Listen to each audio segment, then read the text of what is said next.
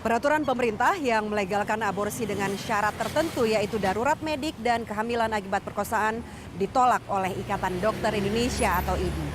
Apa yang menjadi penyebab dokter menolak untuk melakukan aborsi bahkan terhadap korban kehamilan akibat perkosaan? Saya akan berbincang dengan Ketua Umum Pengurus Besar Ikatan Dokter Indonesia, Dr. Zainal Abidin. Dilegalkannya aborsi untuk kehamilan akibat perkosaan dalam PP nomor 61 tahun 2014 ditentang sejumlah pihak. Ikatan Dokter Indonesia IDI menolak aturan tersebut karena dinilai melanggar kode etik profesi kedokteran. Dalam kode etik kedokteran, dokter dilarang melakukan aborsi kecuali untuk menyelamatkan nyawa sang ibu. Selain melanggar kode etik, IDI juga menganggap legalisasi aborsi bertentangan dengan pasal-pasal dalam KUHP yang jelas-jelas melarang dilakukannya aborsi. Mau tak mau, dokterlah yang akan menjadi eksekutor aborsi. Tanpa jaminan hukum, IDI khawatir dokter akan menjadi korban. IDI melihat adanya kemungkinan dokter bisa dipenjara karena aborsi bertentangan dengan KUHP. PP yang melegalkan aborsi juga dinilai rawan diselewengkan. Tidak menutup mata, praktek aborsi ilegal telah menjadi komoditi oknum dokter nakal. Ketentuan ini dinilai membuka celah kelonggaran dan dapat menjerumuskan banyak pihak. Lantas, perlukah peraturan pemerintah ini direvisi? Ya, kita akan berbincang bersama Ketua Umum Ikatan Dokter Indonesia, Dr. Zainal Abidin. Pak Dokter, aborsi kini dilegalkan dengan dua syarat, karena gawat medis atau karena korban perkosaan. Kenapa kemudian IDI menolak aturan baru ini? Ada dua alasan. Alasan karena untuk memproteksi dokter kami.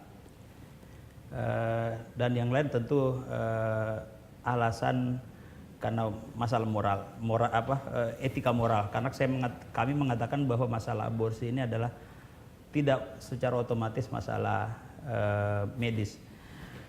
Yang pertama, saya akan mengatakan bahwa kalau aborsi itu dengan indikasi medis itu memang ada di dalam sumpah kami, ada di dalam kode etik kedokteran. Diperbolehkan? Diperbolehkan. Karena darurat medis? Ya, darurat medis untuk menyelamatkan nyawa ibu. Tetapi indikasi lain itu kami tidak mengenalnya. Kode etik mengatakan bahwa penjelasannya setiap dokter dilarang melibatkan diri di dalam perbuatan aborsi. Setiap dokter ada lagi penjelasan dokter dilarang terlibat dalam melakukan aborsi kecuali indikasi gawat darurat untuk menyelamatkan ibu.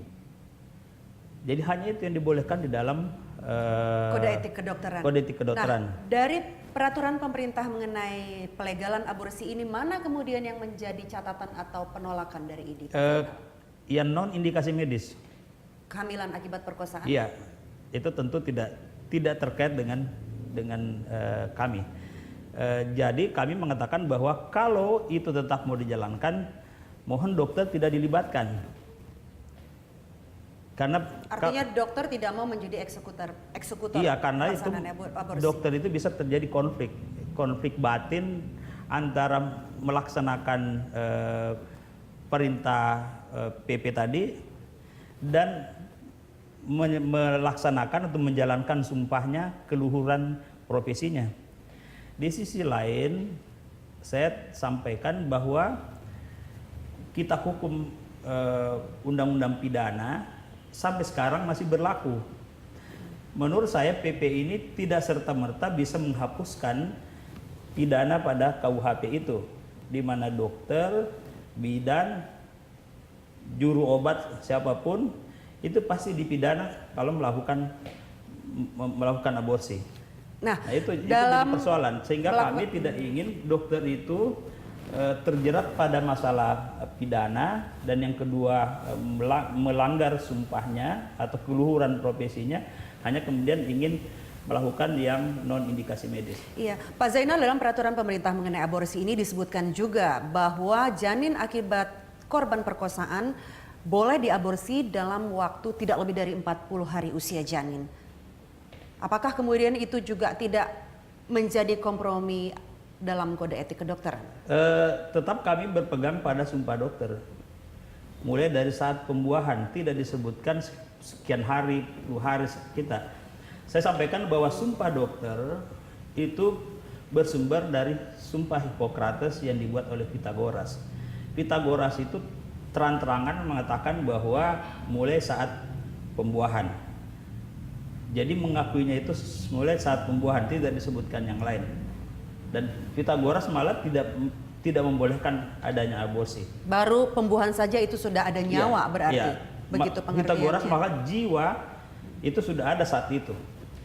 Jadi urusan kemudian kapan disebut hidup itu kami tidak tahu. Artinya mungkin itu urusan teologi, urusan Tuhan. Tapi dalam sumpah dokter mengatakan kita harus menghormati sejak dari pembuahan. Pak Zainal, bagaimana kemudian dengan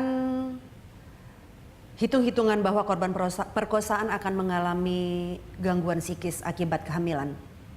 Sebetulnya kalau kita bicara tentang gangguan psikis, bukan hanya korban perkosaan, kehamilan di luar nikah juga memang tidak melakukan gangguan psikis. Tapi di luar nikah bukan akibat paksaan, perkosaan adalah kehamilan akibat paksaan. Nah, bagaimana nanti mau memisahkan dia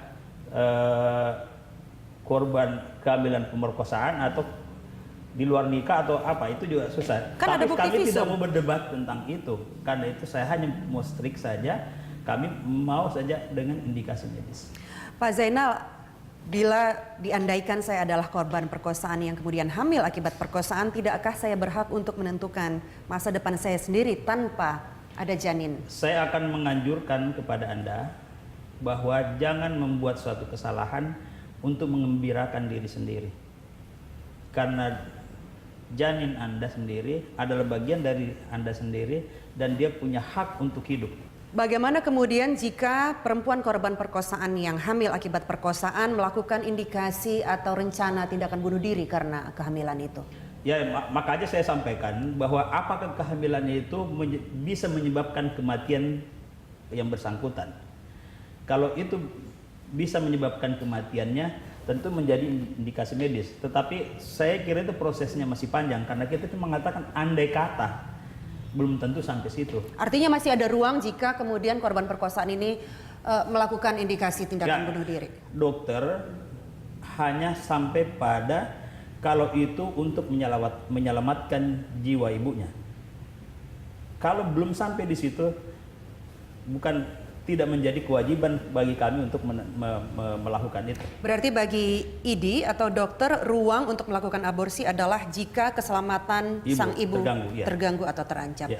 Pak Zainal, isu ini sangat kontroversial karena sudah menjadi perdebatan dan sudah dikeluarkan bahkan peraturan menterinya. Kita akan membahas lebih dalam lagi di segmen selanjutnya ya Pak Zainal. Pemirsa, tetaplah bersama kami akan segera kembali.